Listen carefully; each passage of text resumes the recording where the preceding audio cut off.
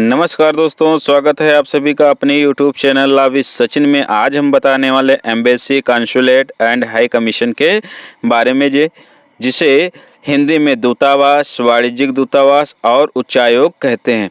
ये आज की दिन नहीं, प्राचीन काल से ही दूतावास संबंधित प्रावधान हैं और दूतों की नियुक्ति अन्य राज्यों में होती थी। अब इसे क्या कर दिया गया है, कानूनी रूप दे दिया गया है और इंटरनेशनल लेवल पर इसे मान्यता दी गई है और दूतों की क्या कर दी गई है, शक्तियां बढ़ा दी गई हैं और उनकी पावर को एक तरह से कन्वेंशन के जरिए स्थापित कर दिया गया है।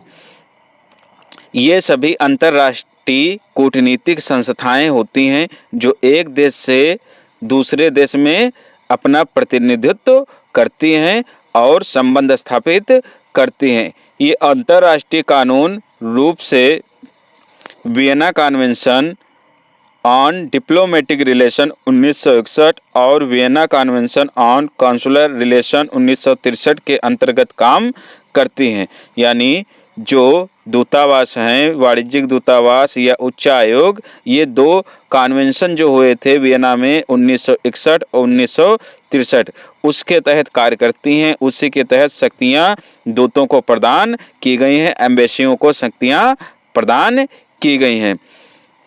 सबसे पहले बात करते हैं एम्बेसी की। एम्बेसी क्या होती है, दूतावास क्या होता है? यह एक देश की राजधानी में स्थित होती है।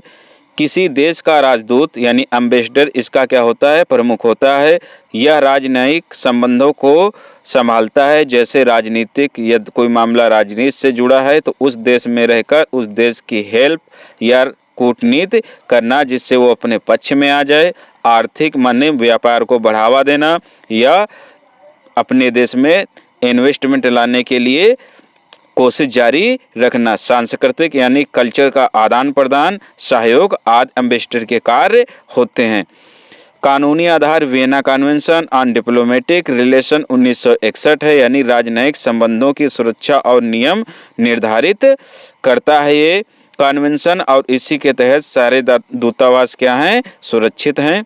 और दूतों का कार्य क्या होता है, जैसे कोई नागरिक अपने देश से उस देश में गया और उसे वीजा संबंधी या कोई कानूनी प्रावधान या कानूनी समस्या पैदा हो रही उस देश में, तो वो अपनी एम्बेसी में जाकर, जहां उसके देश की एम्बेसी है, वहां सहायता, कानूनी हेल्प ले सकता है। फिल्मों में खूब दिखाया जाता है, पासपोर्ट या वीजा खो जाता है तो एम्बेसी जाते हैं। सेम यही प्रोसेस, यही कार्य क्या होता है, एम्बेसी का होता है।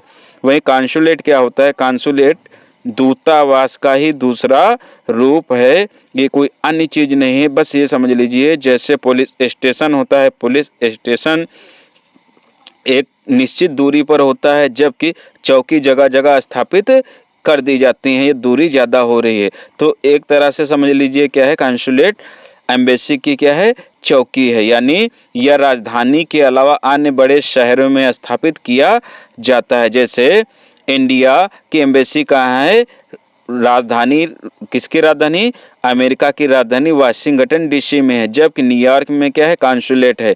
यानी यदि कोई समस्या न्यूयॉर्क में है, उसके अगल बगल क्षेत्र में है भारत की किसी नागरिक को, तो उसे वाशिंगटन डीसी जाने की जरूरत नहीं, बल्कि न्यूयॉर्क में जाकर अपनी समस्या का समाधान कर सकता है और लीगल हेल्प ले सकता है। ऐसे ही अमेरिका की एम्बेसी कहाँ है, दिल्ली में है, जबकि कॉन्सुलेट कहाँ है, मुंबई, बेंगलुरु और हैदराबाद में है। यानी यह दक्षिण भारत में अमेरिकी नागरिक को कोई समस्या होती है, चाहे वो लीगल हो या आर्थिक रूप से हो या वीजा संबंधी हो, वो दिल्ली ना आकर भारत के दक्षिण भाग में जो मुंबई और हैदराबाद, बेंगलुरु में स्थित कॉन्सुलेट हैं, वहाँ अपनी सहायता प्राप्त कर सकता है। इसका प्रमुख कॉन्सुल या कंसुल जनरल होता है।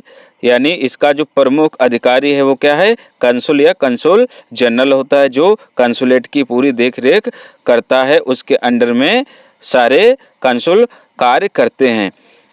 कंसुल होते कुछ नहीं, बस ये क्या है, उनका नाम दिया गया है। जो एम्बेसडर होते हैं, दूत होते हैं, उन्हीं का एक क्या है, एक यूनिक नाम है। यह मुख्य रूप से वीजा जारी करना, नागरिकों की मदद करना, व्यापार सहयोग आदि से जुड़ा होता है। यानी इसके जो एम्बेसडर बैठते हैं वो वीजा कार्य करते हैं, नागरिकों से जुड़े विवाद को सुलझाते हैं, व्यापारिक सहयोग को बढ़ावा देते हैं।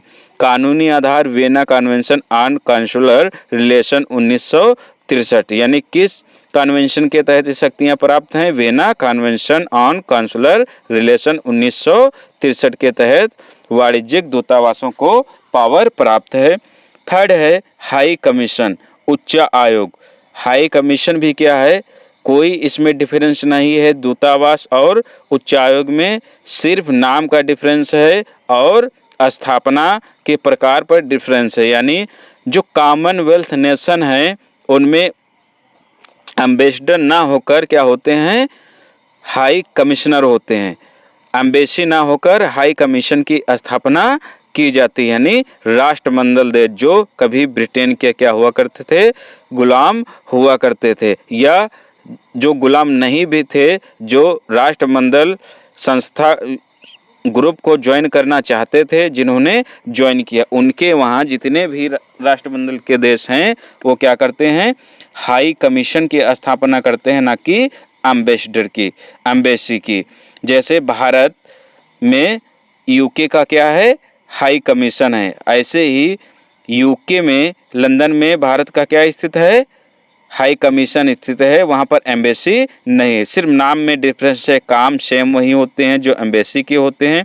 जैसे भारत, ब्रिटेन, ऑस्ट्रेलिया के बीच क्या है? हाई कमीशंस होते हैं। यानी जितने भी कॉमनवेल्थ के देश हैं, कनाडा भी क्या है? कॉमनवेल्थ का देश है।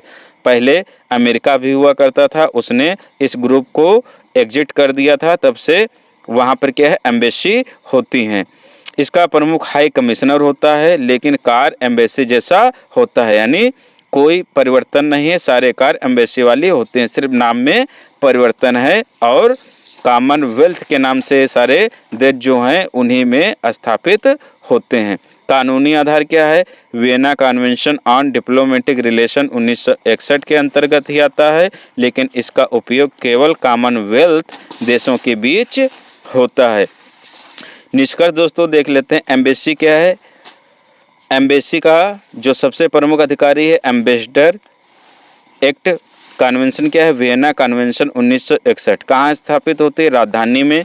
कॉन्सुलेट का अधिकारी कंसुल, और अन्य बड़े शहर में इसकी स्थापना की जाती है। वियना कन्वेंशन 1963 है। हाई कमीशन क्या है?